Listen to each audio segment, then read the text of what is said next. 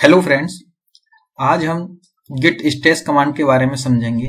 ये क्या होती है, हम इसका यूज कब करें, क्यों करें और क्या इसके बेनिफिट्स हैं। चलिए फिर स्टार्ट करते हैं। सबसे पहले हम कमांड प्रॉम्प्ट ओपन कर लेते हैं गिट रिपोजिटरी में। स्टेटस देख लेते हैं। Status branch update. तो पहले हम थ्योरेटिकली समझते हैं कि गिट स्टेस है क्या। गिट स्टेस का यूज हम जब करते हैं, जैसे आपको कोई वर्किंग डायरेक्टरी में आप काम कर रहे हैं, किसी ब्रांच में आप काम कर रहे हैं, आपके पास कुछ चेंजेस हैं। ये मैटर नहीं करता कि वो स्टेज्ड है या अनस्टेज्ड है, कैसे भी टाइप के चेंजेस हों। उसमें अनट्रैक्ड फाइल्स भी हो सकती हैं, ट्रैक्ड फाइल्स भी हो सकती हैं। तो आपने कुछ काम किया और उसके बाद आपको पता चला कि नहीं, सडनली मुझे इस काम को रोकना है और किसी दूसरी ब्रांच में मुझे काम करना है। तो अगर आप गिट स्टेस कमांड को नहीं जानते हैं तो उस केस में आप क्या करेंगे कि सारे चेंजेस का बैकअप लेंगे उन फाइल्स का और किसी ना किसी फोल्डर में रखेंगे।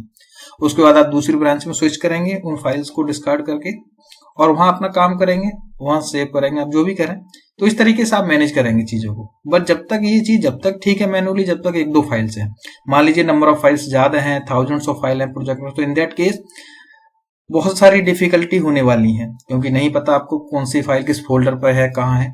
तो बेसिकली मोटिव यही है कि आपको अगर चेंजेस हैं या जो मॉडिफाइड फाइल्स हैं या अनट्रैक्ड हैं या नई ऐड की जो भी हैं, अगर आपको उनका बैकअप लेना है और एक सर्टेन ब्रांच में आपको अप्लाई करना है, हो सकता है कि इस ब्रांच में आगे चल के कोई भी कॉमन जैसे कॉन्फ़िगरेशन होती है, कोई आप किसी प्रोजेक्ट पे काम कर रहे हैं, तो जब आप पुश करते हैं सर्वर पे, तो उस टाइम पे आप कॉन्फ़िगरेशन जो है पुश नहीं करते हैं, क्योंकि वहां सर्वर पे अपनी कॉन्फ़िगरेशन हो सकती हैं, जैसे कि नोड मॉड्यूल्स के पास हैं या कुछ और भी चीजें हैं, जैसे कनेक्शन स्ट्रिंग्स हैं, एटसेट्रा एटसेट्रा।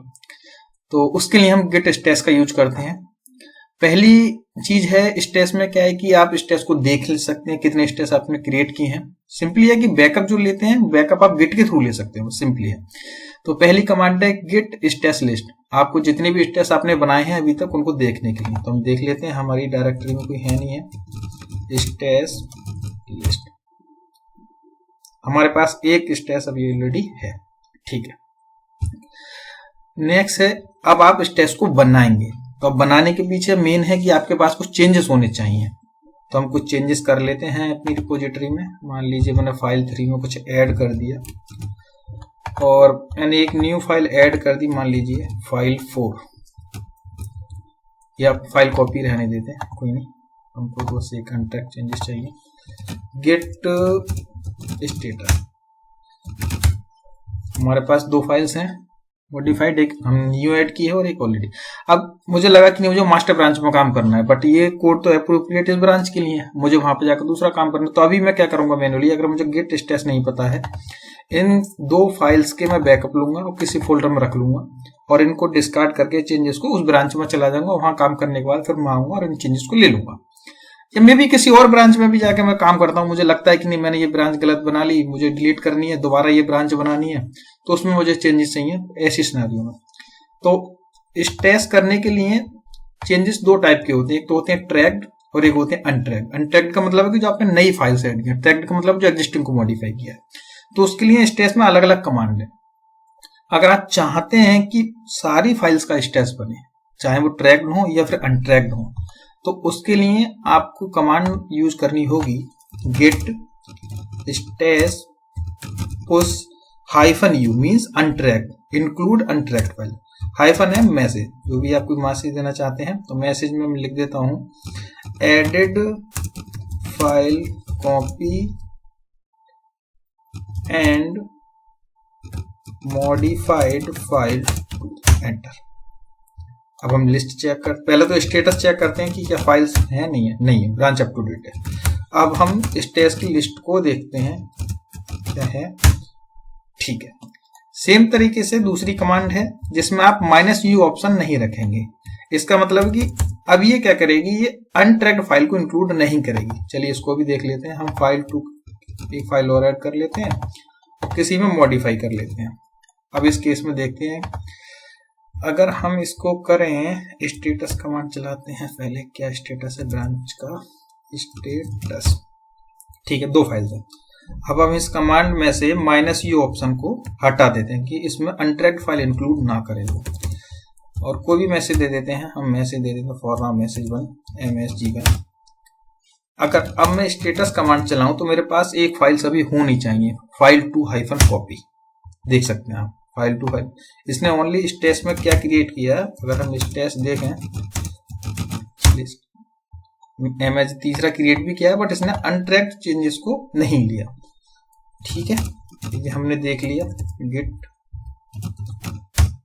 ठीक है, इसको हम रिमूव कर देते हैं, git clean -fd dot git status. ठीक है, नेक्स्ट कमांड है, आपने स्टेटस को बना लिया। अब ये दो चीजें हो गई। अब आप किसी ब्रांच में काम करके आपको कहीं भी इनको जरूर, हाँ नेक्स्ट चीज ये भी है कि ये जरूरी नहीं जिस ब्रांच से आपने स्टेटस बनाया आप उस स्टेटस में ही उसको यूज कर सके, उस ब्रांच में यूज कर सके। आप किसी भी ब्रांच में से स्टेटस को यूज कर सकते हैं। ये जरूरी नहीं कि जिस ब्रांच में आपने स्टेटस क्रिएट किया है आप उसी में से स्टेटस को यूज करें, किसी भी ब्रांच में जाकर आप इसको यूज कर सकते हैं, आप फ्री है। नेक्स्ट है कि जब आपने स्टेटस बना तो लिया, अब इसको यूज कैसे करेंगे। मान के चलो कुछ काम के बाद मुझे जरूरत पड़ी कि मुझे अब ये स्टेटस यूज करना है, स्टेटस लिस्ट। तो उसके लिए आप सबसे पहले लिस्ट देखेंगे, उसके बाद आप पता करेंगे कि आपको कौन सा स्टेटस यूज करना है। मान लीजिए मुझको ये स्टेटस अप्लाई करना है, तो इसके लिए आप क्या करेंगे, यहां जाएंगे, कमांड लिखेंगे गेट स्टेटस अप्लाई, उसके बाद स्टेटस की आईडी जो आपने कॉपी की है एंटर करेंगे। यहां आप देख सकते हैं स्टेटस अप्लाई हो गया है और हमने इसमें file2 को मॉडिफाई किया था, file3 की कॉपी हमने क्रिएट की थी, वही यहाँ पर भी लिखा हुआ है, तो वही यहाँ पर अब अप्लाई हो गया। स्टेटस कमांड भी चलाएंगे तभी वही जाएगी। ठीक है, ये भी ठीक है।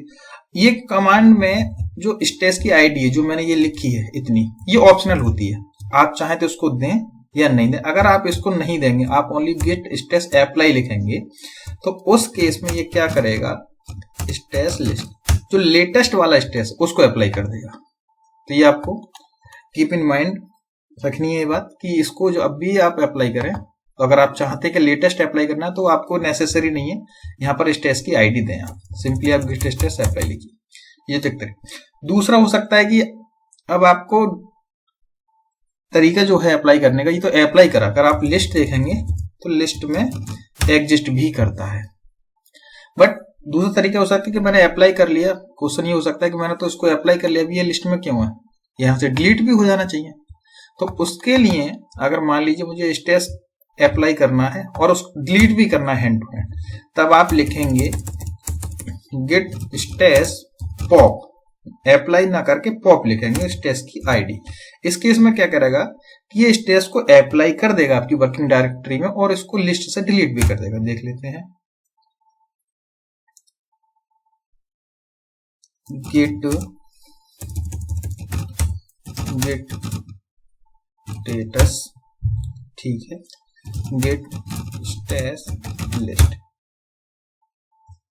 अच्छा, ये अप्लाई नहीं हो क्योंकि ऑलरेडी इसमें फाइल्स थी, तो इसको हम पहले, क्योंकि एरर दे दिया इसमें कि ऑलरेडी आपके पास फाइल है तो उनको ओवरराइट नहीं कर पा रहा है वो, तो उनको हम पहले रिमूव कर लेंगे। गेट क्लीन गेट, अब डायरेक्टरी क्लीन है, गेट स्टेटस लिस्ट। मुझे ये वाला पॉप करना है, मैं चाहता हूं कि अप्लाई हो जाए और उसका तुरंत डिलीट भी हो जाए। गेट स्टेटस पॉप और उसकी आईडी। अब आप देख सकते हैं गेट स्टेटस तो आप ऑलरेडी वो दिखाई रहा है कि अप्लाई हो गया, बट हमें देखना क्या है, लिस्ट में देखना है कि एग्जिस्ट करता भी है। यहाँ देख सकते हैं 3 थे, यहाँ पर 2 रह गए हैं। और सेम केस पॉप के साथ भी है। पॉप में ये स्टेटस जो आईडी है ये ऑप्शनल है, अगर आप ये लिखेंगे तो पर्टिकुलर स्टेटस पॉप होगा। पॉप का मतलब है कि वो डिलीट करेगा और अप्लाई करेगा, और अगर आप कुछ भी नहीं लिखेंगे पॉप के बाद, स्टेटस आईडी नहीं देंगे, तो ये लेटेस्ट वाले को पॉप करेगा। ये जस्ट लाइक स्टेप होता है, जो लास्ट गया वो पहले आएगा, तो उस तरीके से फॉलो करता है। मैं नोटपैड में लिख लेता हूं, pop is equal to apply plus delete. ये 2 ऑपरेशन इंटरनली करता है। ये आप चाहें तो पॉप का यूज ना करें, तो आप सिंपली अप्लाई करिए, उसके बाद मैन्युअली आप डिलीट भी कर सकते हैं। अब होता है कि ऑलरेडी पॉप है तो हमें डिलीट की क्या जरूरत है। डिलीट की ये जरूरत है कि मान के चलो आपके पास सिनारियो, आपने अप्लाई कर लिया, आफ्टर सम टाइम आपको लगा नहीं मुझे अब इस पर्टिकुलर को डिलीट करना है, तो उसके लिए कमांड होती है कि आप डिलीट भी कर सकते हैं। तो गेट स्टेस ड्रॉप और पर्टिकुलर स्टेस की आईडी जिसको आप ड्रॉप करना चाहते हैं, यहाँ पे लिखेंगे उस तरीके इस तरीके। आप देखेंगे अगर आप स्टेस की लिस्ट किए तो एक रह गया पर्टिकुलरली। सेम इसमें भी ड्रॉप के बाद ये स्टेस आईडी ऑप्शनल है। अगर आप स्टेस आईडी देंगे तो पर्टिकुलर स्टेस को ड्रॉप करेगा, ये डिलीट करेगा। अगर आप आईडी नहीं देंगे तो लेटेस्ट वाले को ऑटोमेटिकली पिक करके उसको डिलीट कर देगा। ये दो ऑप्शन है। थर्ड कमांड है कि नहीं, मेरे पास जितने भी स्टेस हैं, जैसे लिस्ट में मान के चलिए अभी किट कोई चेंजेस नहीं है, इसको मैं स्टेस कर देता हूँ, स्टेस -u -m और कोई भी मैसेज दे देता हूँ, गेट स्टेस। मेरे पास अभी 2 होने चाहिए, 2 हैं। अब जितने भी आप चाहते हैं कि नहीं मुझे सारे ही क्लियर करने हैं, मुझे नहीं रखना एक भी, सारे क्लियर करने, तो उसके लिए आप यूज करेंगे गेट स्टेस क्लियर। ये सारे स्टेस को जितने भी आपके हैं स्टेस उनको रिमूव कर देगा। देखिए मैंने स्टेस के बाद एक भी नहीं है यहाँ पर। तो ये था सारा कुछ स्टेस कमांड के बारे में। गेट स्टेस में ज्यादा कुछ नहीं पता, बट ये बहुत यूजफुल कमांड, जब आप प्रोजेक्ट पर काम करेंगे तो बहुत समय होता है कि हम कोई चेंजेस रखें। जैसे आप रिएक्ट पे काम कर रहे हैं और कुछ कॉन्फ़िगरेशंस हैं, जैसे एपीआई की कॉन्फ़िगरेशंस हैं, एपीआई के पोर्ट नेम है, तो जब सर्वर पे आप करेंगे तो वहां CI/CD पाइपलाइन में वो उनको पिक करेगा जो सर्वर के है अपनी जो लाइव है। और लोकल पे आप हो सकता है आप लोकल कोड रन कर रहे हो और लोकल का पोर्ट चला रहे हो सकता है आप एपीआई के जो है डाटाबेस का कुछ यूज कर रहे हो आप और फाइल से लोकल फोल्डर, तो उस केस में कॉन्फ़िगरेशन में ये बहुत काम करता है। हम लोग क्या करते हैं कि उसको एक कॉन्फ़िगरेशन बना ली और उसको स्टेस बना के रख लिया, जब भी कोई ब्रांच क्रिएट की काम के लिए इस स्टेस को अप्लाई करते तो इंटरनली हो, क्योंकि फाइल्स में जब आप देखेंगे नेस्टेड फोल्डर बहुत होते हैं, तो ये याद रखना बड़ा मुश्किल होता है कि ये फाइल को कहाँ ढूंढे, उसको ढूंढते ही रहो VS कोड में, तो उस केस में ये काफी हेल्पफुल रहता है। तो यही था आज की वीडियो के लिए। मिलते हैं नेक्स्ट वीडियो में किसी नए टॉपिक के साथ, तब तक के लिए बाय बाय, थैंक यू।